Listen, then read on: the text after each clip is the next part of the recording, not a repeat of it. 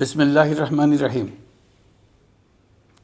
প্রিয় দেশবাসী, শিশু, কিশোর কিশোরী, তরুণ তরুণী, ছাত্রছাত্রী, বয়স্ক বৃদ্ধ, নারী পুরুষ সবাইকে আমার সালাম জানাচ্ছি। আসসালামু আলাইকুম। আজ জাতির এক বিশেষ দিন, বিজয় দিবস। বাঙালি জাতির বুক ফুলিয়ে দাঁড়াবার দিন। পাকিস্তানি হানাদার বাহিনীর অনেক অস্ত্রকে অগ্রাহ্য করে খালি হাতে রুখে দাঁড়িয়ে সম্মুখ সমরে লড়াই করে নিজেদের জন্য একটি স্বতন্ত্র রাষ্ট্র প্রতিষ্ঠার উৎসবের দিন। এই দিনে স্মরণ করি লক্ষ লক্ষ শহীদদেরকে, অগণিত শিশু কিশোর, তরুণ তরুণী, যুবক যুবতী, বৃদ্ধ জনতার আত্মত্যাগকে, যার ফলে স্বাধীনতা অর্জন সম্ভব হয়েছিল। কিন্তু আমরা সেই অর্জনকে আমাদের দোষে সম্পূর্ণতা দিতে পারিনি। সর্বশেষ এবং প্রচণ্ডতম আঘাত হানল এক স্বৈরাচারী সরকার। সে প্রতিজ্ঞা করেই বসছিল, এদেশের মঙ্গল হতে পারে এমন কিছুই সে অবশিষ্ট থাকতে দেবে না। এবছরের বিজয় দিবস বিশেষ কারণে মহানন্দের দিন। মাত্র 4 মাস আগে একটি অসম্ভব সম্ভব হয়ে গেল। দেশের সবাই মিলে একজোটে হুঙ্কার দিয়ে উঠল, পৃথিবীর ঘৃণ্যতম স্বৈরাচারী শাসককে পালিয়ে যেতে বাধ্য করে আমাদের প্রিয় দেশকে মুক্ত করেছে ছাত্র জনতার সম্মিলিত অভ্যুত্থান। যে হাজার হাজার শহীদ এবং আহতদের আত্মত্যাগ এবং ছাত্র জনতার অটুট ঐক্যের মাধ্যমে এই গণ অভ্যুত্থান সম্ভব হলো, তাদের সবাইকে স্মরণ করি এবং আজ এবারের মহাবিজয়ের দিনে সমগ্র জাতির পক্ষ থেকে তাদের প্রতি সশ্রদ্ধ সালাম জানাই। নাগরিক অধিকার ও মর্যাদা নিশ্চিতের জন্য, গণতন্ত্রের জন্য একটি বৈষম্যহীন দেশ গড়ার তাগিদে ছাত্র জনতা স্বৈরাচারের রক্তচক্ষুকে উপেক্ষা করে রক্ত দিয়ে 4 মাস আগে নতুন বাংলাদেশ গড়ার জন্য যে ঐক্য গড়ে তুলেছিল, সে ঐক্য এখনও পাথরের মতো মজবুত আছে। মাত্র কয়েকদিন আগে জাতি আবার গর্জে উঠে সমগ্র পৃথিবীকে সে কথা জানিয়ে দিয়েছে। যখন পরাজিত শক্তি নড়ে চড়ে ওঠার চেষ্টা করছিল, সকল রাজনৈতিক দলের এবং সকল ধর্মের শীর্ষ ব্যক্তিদের এবং ছাত্রদের সমাবেশের মাধ্যমে এক কণ্ঠে সজোরে ঘোষণা দিয়েছিল, আমরা যে নিরেট ঐক্যের মাধ্যমে অভ্যুত্থান করেছি সে ঐক্য আরও জোরদার হয়েছে। 4 মাসের ব্যবধানে আমাদের ঐক্য কোথাও শিথিল হয়নি। নতুন বাংলাদেশ গড়ার সংকল্পে আমরা অটুট আছি। বহির্বিশ্বে চাতুর্যপূর্ণ প্রচারণা দিয়ে যারা আমাদের মধ্যে দূরত্ব সৃষ্টির চেষ্টা করছে, তারা দূরত্ব সৃষ্টি তো করতে পারেইনি, বরং সারা জাতিকে সগৌরবে উচ্চকণ্ঠে তার ঐক্যকে পৃথিবীর সামনে তুলে ধরতে উজ্জীবিত করেছে। পরাজিত শক্তি তাদের পরাজয় কিছুতেই মেনে নিতে পারছে না। তারা প্রতিদিন দেশের ভেতরে এবং বাইরে থেকে জনতার অভ্যুত্থানকে ব্যর্থ করার জন্য বিপুল অর্থ ব্যয়ে নানা ভঙ্গিতে তাদের চেষ্টা চালিয়ে যাচ্ছে। পাচার করা হাজার হাজার কোটি টাকা তাদের আয়ত্তে রয়েছে। তাদের সুবিধাভোগীরা সর্বত্র ছড়িয়ে আছে। আমাদের ঐক্য অটুট থাকলে তারা আমাদেরকে আমাদের লক্ষ্য অর্জন থেকে ব্যর্থ করতে পারবে না। সজাগ থাকুন, নিজের লক্ষ্যকে জাতির লক্ষ্যের সঙ্গে একীভূত করুন। পৃথিবীর কোনো শক্তিই আমাদেরকে আমাদের লক্ষ্য অর্জন থেকে বিচ্যুত করতে পারবে না। আমি দেশের গণমাধ্যম কর্মী ও জনগণের প্রতি আহ্বান জানাই, বিশ্বের কাছে দেশের প্রকৃত চিত্র তুলে ধরুন। অপপ্রচারের বিরুদ্ধে সত্যই হোক আমাদের হাতিয়ার। জাতির এই নিরেট ঐক্য এই বছরের বিজয় দিবসকে স্মরণীয় করে রাখবে, ইতিহাসের অনন্য স্থানে প্রতিষ্ঠিত করে রাখবে। এই ঐতিহাসিক অর্জনের জন্য দলমত নির্বিশেষে দেশের সকল তরুণ তরুণী, যুবক যুবতী, বৃদ্ধ বৃদ্ধা সবাইকে আমার অভিনন্দন জানাচ্ছি।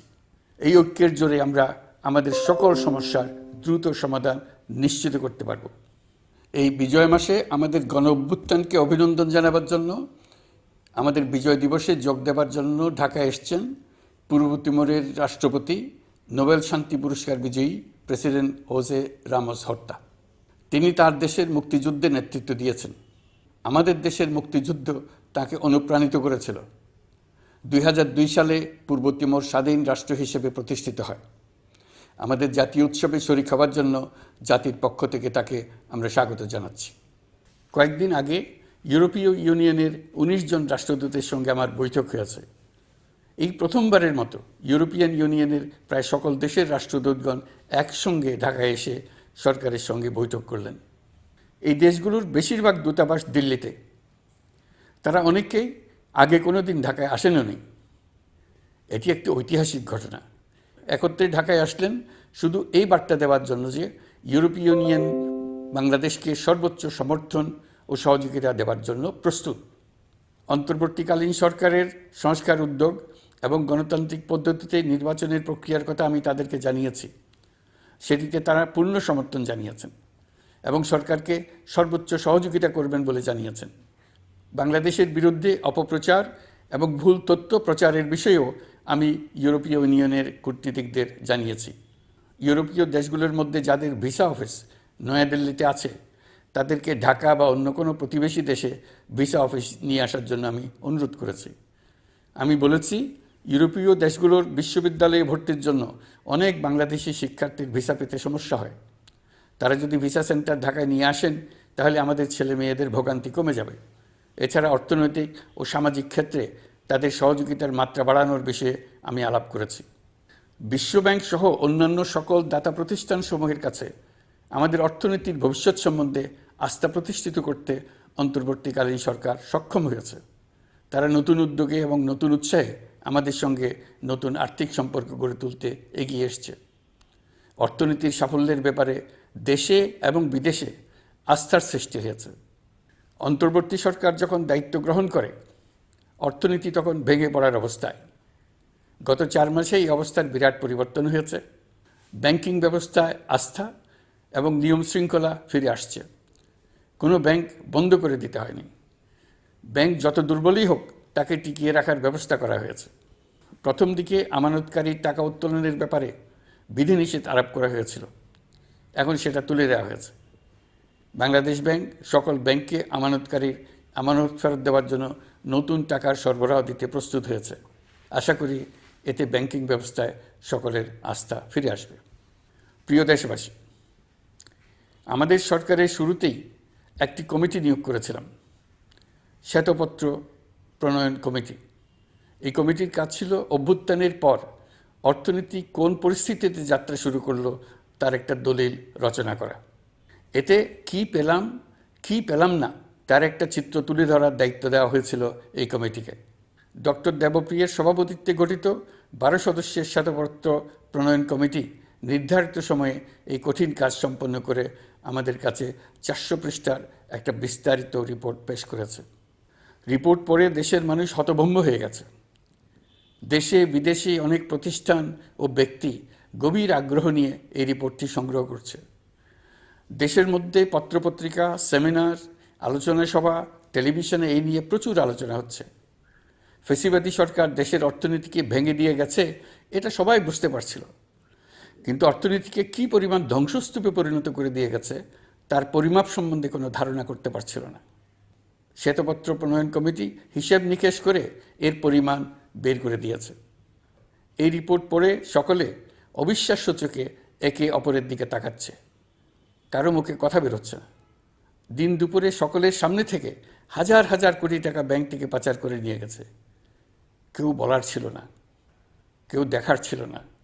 যারা নিয়ে গেছে তাদেরকে কেউ বাধা দেয়নি, বরং সর্বস্তরে সবাই আগ্রহ সহকারে তাদের সঙ্গে সহযোগিতা করেছে। কারণ তারা সব আপন লোক। বিশাল বিশাল প্রকল্প নেওয়া হয়েছে ঋণের টাকায়।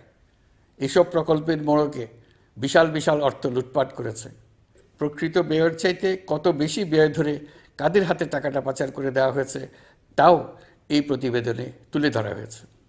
শ্বেতপত্র প্রণয়ন কমিটি তাদের প্রতিবেদনে তুলে ধরেছে যে বার্ষিক উন্নয়ন ব্যয়ের প্রায় অর্ধেক টাকায় লুটপাট হয়েছে। দেশে এমন ধরনের পোষ্যতোষী পুঁজিবাদ তৈরি করা হয়েছিল যার সুবিধাভোগী ছিল স্বৈরাচার ও তার সহযোগীরা। প্রতিবেদনে উল্লেখ করা হয়েছে যে নির্দিষ্ট কিছু গোষ্ঠীকে সুবিধা দিতে যে পরিমাণ কর ছাড় দেওয়া হয়েছে সেটা অর্ধেকে নামিয়ে আনা গেলে দেশের শিক্ষা বাজেট দ্বিগুণ, স্বাস্থ্য বাজেট 3 গুণ করা সম্ভব ছিল। পাচার করা এই টাকা আপনাদেরই টাকা। তারা প্রকাশ্যে আপনাদের কষ্টার্জিত টাকা লুট করে বিদেশে ভোগবিলাসে ব্যয় করছে।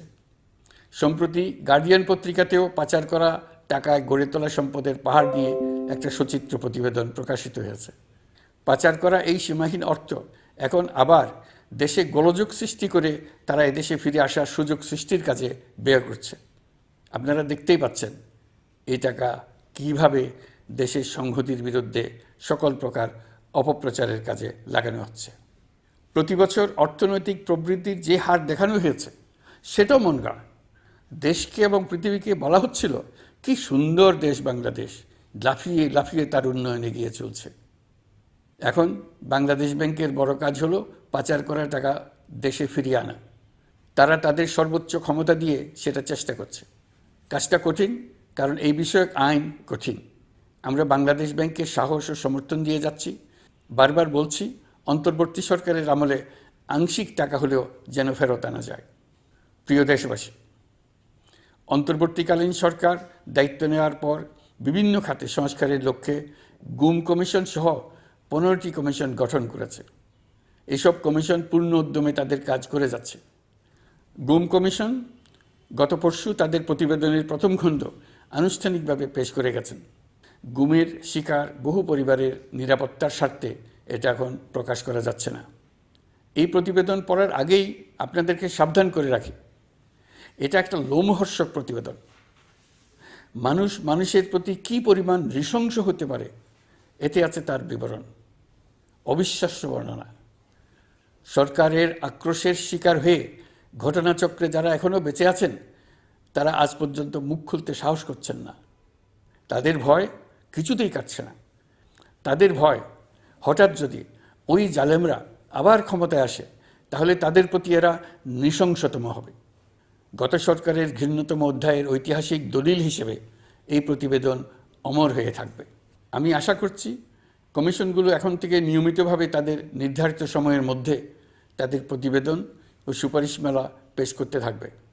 প্রিয় দেশবাসী, আমাদের সংস্কারের যে আকাঙ্ক্ষা সেটি বাস্তবায়নে প্রতিটি কমিশনই আমাদের জন্য গুরুত্বপূর্ণ। তবে নির্বাচন ব্যবস্থা সংস্কার ও সংবিধান সংস্কার কমিশনের কথা আমি একটু আলাদাভাবে বলতে চাই।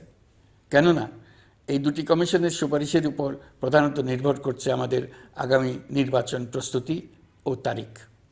এই প্রসঙ্গে বড় খবর হলো প্রধান নির্বাচন কমিশনার সহ নির্বাচন কমিশন গঠন করা হয়ে গেছে। কমিশন দায়িত্ব গ্রহণ করেছে। এখন থেকে তাদের হাতে দায়িত্ব ন্যস্ত হলো ভবিষ্যৎ সরকার গঠন করার প্রক্রিয়া শুরু করার। তারা তাদের প্রস্তুতির কাজ শুরু করেছেন। তাদের হাতে অনেক কাজ। প্রথমে সবচেয়ে বড় কাজ ভোটার তালিকা হালনাগাদ করা। এটা এমনিতেই কঠিন কাজ। এখন কাজটা আরও কঠিন হলো এই জন্য যে গত 3টা নির্বাচনে ভোটারদের অংশগ্রহণ করার সুযোগ ছিল না। ভোটার তালিকা যাচাই করার সুযোগ হয়নি কারণ। গত 15 বছরে যারা ভোটার হওয়ার যোগ্য হয়েছে তাদের সবার নাম ভোটার তালিকায় তোলা নিশ্চিত করতে হবে। এটা একটা বড় কাজ। ছাত্র জনতার অভ্যুত্থানের পর এখানে গলদ রাখার কোনো সুযোগ নেই। দীর্ঘদিন পর এবার বহু তরুণ তরুণী জীবনে প্রথমবারের মতো ভোট দেবে। অতীতে তাদেরকে সে অধিকার এবং আনন্দ থেকে বঞ্চিত করা হয়েছে। তাই এবারের নির্বাচনে তাদের ভোটদান একটি স্মরণীয় ঘটনা হয়ে থাকবে। এই অভিজ্ঞতাকে মসৃণ করার সমস্ত আয়োজন করতে হবে। আমার একান্ত ইচ্ছা এবারের নির্বাচনে প্রথমবারের তরুণ তরুণী ভোটাররা শতকরা 100 কাছাকাছি সংখ্যায় ভোট দিয়ে একটি ঐতিহ্য সৃষ্টি করুক। নির্বাচন কমিশন এবং সকল সামাজিক প্রতিষ্ঠান ও রাজনৈতিক দলের প্রতি আমার আহ্বান, সবাই মিলে আমরা যেন ওই লক্ষ্য অর্জনে নানা প্রকার সৃজনশীল কর্মসূচি গ্রহণ করি। এখন থেকে সবাই মিলে এমন একটা ঐতিহ্য সৃষ্টি করি যেন স্থানীয় নির্বাচন সহ সকল নির্বাচনে সকল কেন্দ্রে প্রথমবারের ভোটাররা 100% কাছাকাছি সংখ্যায় ভোটদান নিশ্চিত করবে। এটা নিশ্চিত করতে পারলে ভবিষ্যতে কোনো সরকার মানুষের ভোটাধিকার কেড়ে নেবার সাহস করতে পারবে না। নতুন ভোটার ছাড়াও যাদের আগে থেকে ভোটার তালিকায় নাম থাকার কথা ছিল তারা ভোটার তালিকায় আছে কিনা তা নিশ্চিত করতে হবে। বিশেষ মনোযোগ দিয়ে ভুয়া ভোটারদেরকে তালিকা থেকে বের করে দিতে হবে। এবার আমরা প্রবাসী বাংলাদেশিদেরকে ভোট দেওয়া নিশ্চিত করতে চাই। অতীতে আমরা এই ব্যাপারে অনেকবার আশ্বাসের কথা শুনেছি। এই সরকারের আমলে এটা যেন প্রথমবারের মতো বাস্তবায়িত হয়, এটা আমরা নিশ্চিত করতে চাই। এর জন্য একটা নির্ভরযোগ্য ব্যবস্থা করতে হবে। সব কিছুই সমসাপেক্ষ ব্যাপার। এর সঙ্গে যদি আমরা নির্বাচন প্রক্রিয়া আরও উন্নত করতে চাই, নির্বাচন সংস্কার কমিশনের সুপারিশমালা বাস্তবায়ন করতে চাই, তাহলে প্রয়োজনীয় সংস্কারের বিস্তৃতি ও গভীরতা অনুসারে নির্বাচন কমিশনকে সময় দিতে হবে। আমি সকল প্রধান সংস্কারগুলো সম্পন্ন করে নির্বাচন আয়োজন করার ব্যাপারে বরাবর আপনাদের কাছে আবেদন জানিয়ে এসেছি। তবে রাজনৈতিক ঐকমত্যের কারণে আমাদেরকে আবার বলছি, যদি অল্প কিছু সংস্কার করে ভোটার তালিকা নির্ভুলভাবে তৈরি করার ভিত্তিতে নির্বাচন সম্পন্ন করতে হয়, তাহলে 2025 সালের শেষের দিকে নির্বাচন অনুষ্ঠান হয়তো সম্ভব হবে। আর যদি এর সঙ্গে নির্বাচন প্রক্রিয়া এবং নির্বাচন সংস্কার কমিশনের সুপারিশের পরিপ্রেক্ষিতে এবং জাতীয় ঐকমত্যের ভিত্তিতে প্রত্যাশিত মাত্রার সংস্কার যোগ করি, তাহলে অন্তত আরও 6 মাস অতিরিক্ত সময় লাগতে পারে। মোটা দাগে বলা যায় 2025 সালের শেষ দিক থেকে 2026 সালের প্রথমার্ধের মধ্যে নির্বাচনের সময় নির্ধারণ করা যায়। প্রিয় দেশবাসী, যে কোনো সংস্কারের কাজে হাত দিতে গেলে রাজনৈতিক ঐকমত্যের প্রয়োজন। এই ঐকমত্যে পৌঁছানোর প্রক্রিয়া কি হবে? অন্তর্বর্তীকালীন সরকার এইভাবে অগ্রসর হবার প্রস্তুতি নিচ্ছে। অন্তর্বর্তীকালীন সরকার প্রথম পর্যায়ে 6টি সংস্কার কমিশন গঠন করেছে। এরা শীঘ্রই চূড়ান্ত প্রতিবেদন পেশ করবে বলে আশা করি। আমরা এই 6 কমিশনের চেয়ারম্যানদের নিয়ে একটি জাতীয় ঐকমত্য গঠন কমিশন প্রতিষ্ঠা করার দিকে অগ্রসর হচ্ছি। এর কাজ হবে রাজনৈতিক দল সহ সকল পক্ষের সঙ্গে মতামত বিনিময় করে যে সমস্ত বিষয়ে ঐকমত্য স্থাপন হবে সেগুলো চিহ্নিত করা এবং বাস্তবায়নের জন্য সুপারিশ করা। যেহেতু জাতীয় ঐকমত্য প্রতিষ্ঠা করা অন্তর্বর্তীকালীন সরকারের অতি গুরুত্বপূর্ণ দায়িত্ব, তা বিবেচনা করে আমি এই কমিশনের চেয়ারম্যানের দায়িত্ব পালন করব। আমার সাথে এই কমিশনের সহসভাপতির দায়িত্ব পালন করবেন অধ্যাপক আলী রিয়াজ। কমিশন প্রয়োজন মনে করলে নতুন সদস্য কোঅপ্ট করতে পারবে। প্রথম 6টি কমিশনের চূড়ান্ত প্রতিবেদন পাওয়ার পর আগামী মাসেই জাতীয় ঐকমত্য গঠন কমিশন তার কাজ শুরু করতে পারবে বলে আমি আশা করছি। এই নতুন কমিশনের প্রথম কাজ হবে নির্বাচন অনুষ্ঠানের জন্য যে সমস্ত সিদ্ধান্ত জরুরি সেই সমস্ত বিষয়ে তাড়াতাড়ি ঐকমত্য সৃষ্টি করা এবং সকলের সঙ্গে আলোচনা করে কোন সময়ে নির্বাচন অনুষ্ঠান করা যায় সেই ব্যাপারে পরামর্শ চূড়ান্ত করা। প্রিয় দেশবাসী, নির্বাচন আয়োজন ও সংস্কার ছাড়াও আপনারা আমাদের উপর অনেকগুলো দায়িত্ব দিয়েছেন। এর মধ্যে রয়েছে অর্থনীতি পুনরুদ্ধার ও মানুষের জীবনমান উন্নয়ন। ফ্যাসিবাদী সরকারের কাছ থেকে আমরা বিপর্যস্ত এক অর্থনীতি পেয়েছি। আমাদের বৈদেশিক রিজার্ভ তলানিতে গিয়ে থেকেছিল। 2024 সালের নভেম্বরে রপ্তানি আয়ের পরিমাণ ছিল $4.12 বিলিয়ন, যা আগের মাসের তুলনায় 15.63% বেশি। সামগ্রিকভাবে 2024 সালের জুলাই নভেম্বর সময়কালে রপ্তানি $16.11 বিলিয়ন মার্কিন ডলারে পৌঁছেছে। গত বছর একই সময়ে রপ্তানি আয় ছিল $14.34 বিলিয়ন মার্কিন ডলার। বছরের হিসাবে এই প্রান্তিকে রপ্তানি আয়ের প্রবৃদ্ধি 12.34%। বৈদেশিক মুদ্রার রিজার্ভ $19 বিলিয়ন পৌঁছেছে। এসবের মাধ্যমে আমাদের অর্থনীতি ঘুরে দাঁড়াতে শুরু করেছে। পরিস্থিতির উন্নতি হচ্ছে। গার্মেন্টস শ্রমিক ভাই বোনেরা বাংলাদেশের অর্থনীতির অন্যতম চালিকা শক্তি। তাদের বার্ষিক মজুরি 9% বাড়ানোর সিদ্ধান্ত হয়েছে। মূল্যস্ফীতির বিষয়টি বিবেচনা করে শ্রমিক ইউনিয়ন মালিক পক্ষের সঙ্গে আলোচনার ভিত্তিতে এটি নির্ধারণ করা হয়েছে। মূল্যস্ফীতি নিয়ন্ত্রণে সরকার আন্তরিকভাবে কাজ করছে। স্বীকার করতে দ্বিধা নেই, এক্ষেত্রে কাঙ্ক্ষিত সাফল্য আমরা এখনও পাইনি। তবে আমার বিশ্বাস মূল্যস্ফীতি শিগগিরই কমে আসবে। গত কয়েক মাসে বাজারে কিছু পণ্যের দাম বেড়েছে। আমরা সরবরাহ বাড়িয়ে, আমদানিতে শুল্ক ছাড় দিয়ে, মধ্যস্বত্বভোগীদের দৌরাত্ম্য কমিয়ে এবং বাজার তদারকির মধ্য দিয়ে জিনিসপত্রের দাম কমিয়ে আনার চেষ্টা করছি। পরিবহন খাতে চাঁদাবাজি এখনও পুরোপুরি বন্ধ করা যায়নি। এটা সম্ভব হলে আমরা আশা করি জিনিসপত্রের দাম আরও কমে আসবে। আমরা আপনাদের কষ্টে সমব্যথী। তবে আমরা জানি সরকারের কাজ কেবল সমবেদনা জানানো নয়। আমরা আপনাদের কষ্ট কমিয়ে আনতে সকল রকম চেষ্টা চালিয়ে যাচ্ছি। আসন্ন রমজানে দ্রব্যমূল্য সহনীয় রাখতে আমরা সবার সহযোগিতা চাই। আমরা ইতিমধ্যে ব্যবসায়ীদের সঙ্গে কথা বলেছি। তারা আমাদের কাছে ওয়াদা করেছে বাজারে পণ্য সরবরাহে কোনো সংকট হবে না। অতিরিক্ত মুনাফার লোভে যদি কেউ কৃত্রিম কোনো সংকট সৃষ্টির চেষ্টা করে আমরা তাকে কঠোর হাতে দমন করব। বাজার সিন্ডিকেটের দৌরাত্ম্য বন্ধ করতে বিকল্প কৃষি বাজার চালু করার লক্ষ্যে আমরা কাজ করে যাচ্ছি। প্রিয় দেশবাসী, হত্যাযজ্ঞের সাথে জড়িত পতিত স্বৈরশাসক ও তার দোসরদের বিচার কার্যক্রম এগিয়ে চলছে। এই জন্য আন্তর্জাতিক অপরাধ ট্রাইব্যুনাল আইন সংশোধন করা হয়েছে। বিচার প্রক্রিয়ার স্বচ্ছতা নিশ্চিত করার জন্য আসামিদের বিদেশি আইনজীবী নিয়োগের সুযোগ দেওয়া হয়েছে। আত্মপক্ষ সমর্থনের সব ধরনের সুযোগ তারা পাবেন। বিচার প্রক্রিয়া সাংবাদিক, মানবাধিকার কর্মী ও অন্যান্য পর্যবেক্ষকদের জন্য উন্মুক্ত রাখা হয়েছে। বিচারের যে কোনো অংশ চাইলে যে কেউ রেকর্ড করার সুযোগ পাবেন। আইসিসি প্রসিকিউটর করিম খান সম্প্রতি আমার সাথে দেখা করেছেন। তিনি আইসিটি প্রসিকিউটর এবং অন্যান্য কর্মীদের প্রশিক্ষণ দিতে সম্মত হয়েছেন এবং আইসিটিকে আন্তর্জাতিক মানে উন্নীত করার সহায়তা দিতে প্রতিশ্রুতি দিয়েছেন। আলাদাভাবে আমরা গণহত্যাকারীদের বিরুদ্ধে আন্তর্জাতিক অপরাধ আদালতে মানবতা বিরোধী অপরাধের মামলা করব বলে তাকে জানিয়েছি। প্রিয় দেশবাসী, জুলাই বিপ্লবে বাংলাদেশের ছাত্র, শ্রমিক, জনতা মিলে যে অসাধ্য সাধন করেছে তার অন্যতম শক্তিশালী ভূমিকায় ছিল এদেশের নারীরা। ফেসিবাদী শক্তির প্রাণঘাতী অস্ত্রের সামনে হিমালয়ের মতো দাঁড়িয়েছিল আমাদের মেয়েরা। স্কুল, কলেজ, বিশ্ববিদ্যালয়ের ছাত্রী, শিক্ষক, অভিভাবক, চাকরিজীবী, শ্রমজীবী, সকল পেশার, সকল বয়সের নারীরা এই আন্দোলনে বিরাট ভূমিকা রেখেছে। এবছর বেগম রোকেয়া দিবসে দেশজুড়ে আন্দোলনে নারীদের আত্মত্যাগ ও ভূমিকার বিষয়ে বড় আকারে আলোচনা হয়েছে। ওই দিন জুলাই কন্যারাও ঘোষণা দিয়েছে তারা তাদের কথা কাউকে ভুলে যেতে পারে না। অন্তর্বর্তীকালীন সরকার নারী অধিকার রক্ষায় নারী বিষয়ক সংস্কার কমিশন করেছে। শিগগিরই তারা তাদের রিপোর্ট দেবে।